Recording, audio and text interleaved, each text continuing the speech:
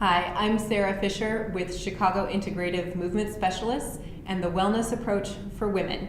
I'm going to talk with you about breathing optimally and how to practice breathing optimally today.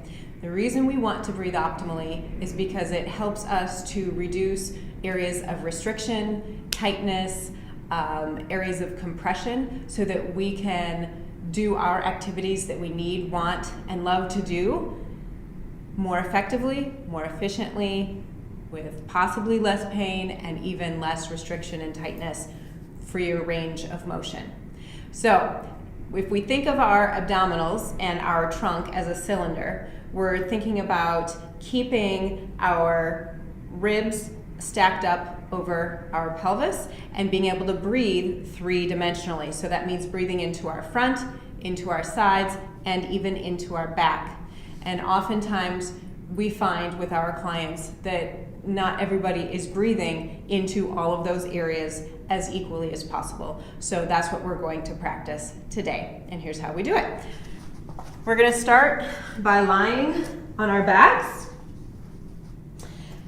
And we want to make sure that our head is long. So we want to make sure that we're not sticking the chin up, but that we're keeping the back of the neck and head long.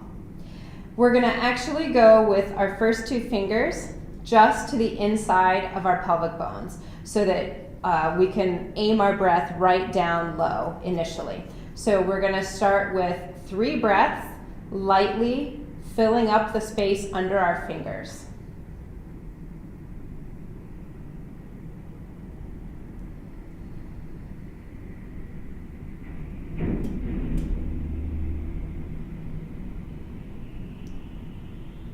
If you find that one side is a little bit more challenging to breathe into, center your focus more towards that one side. So let's say I feel my left side not getting as much breath as my right. I'm still breathing into my right, but I want to make sure that I'm also getting that into the left as well. So one more time.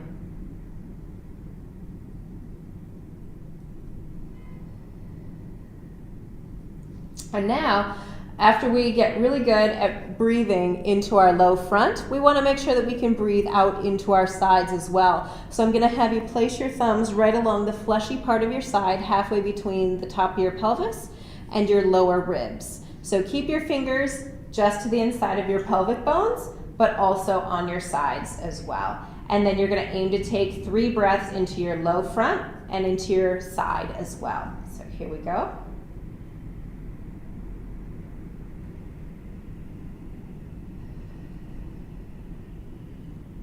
And if you need to, you may find that you have to just let the abdominals relax. So any gripping that you have, that you're holding on to, you're going to have to let it go. Think of a baby's abdomen. You want to make sure that you're relaxed and able to get that breath into the low front and sides now. Your abdominals should be able to move as you are doing that breathing. They should not be gripped up and tense. Because as you'll notice, if you try gripping your abdominals and breathe into that, it's going to be very challenging to breathe into those areas. So if you need to at first, relax and then send your breath. One more time, low front and side.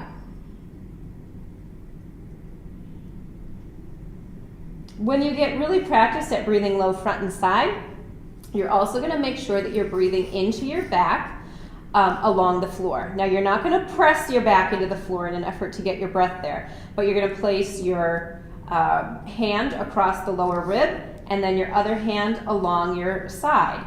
And then you're going to aim to get that breath into your hands and towards the floor as well.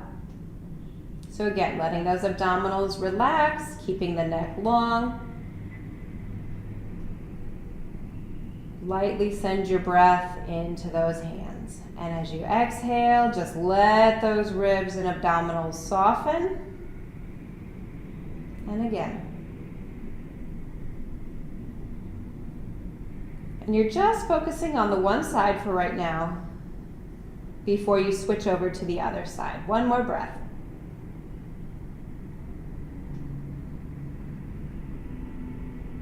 After you take your 3 breaths that side, you then switch over and practice your 3 breaths on the other side.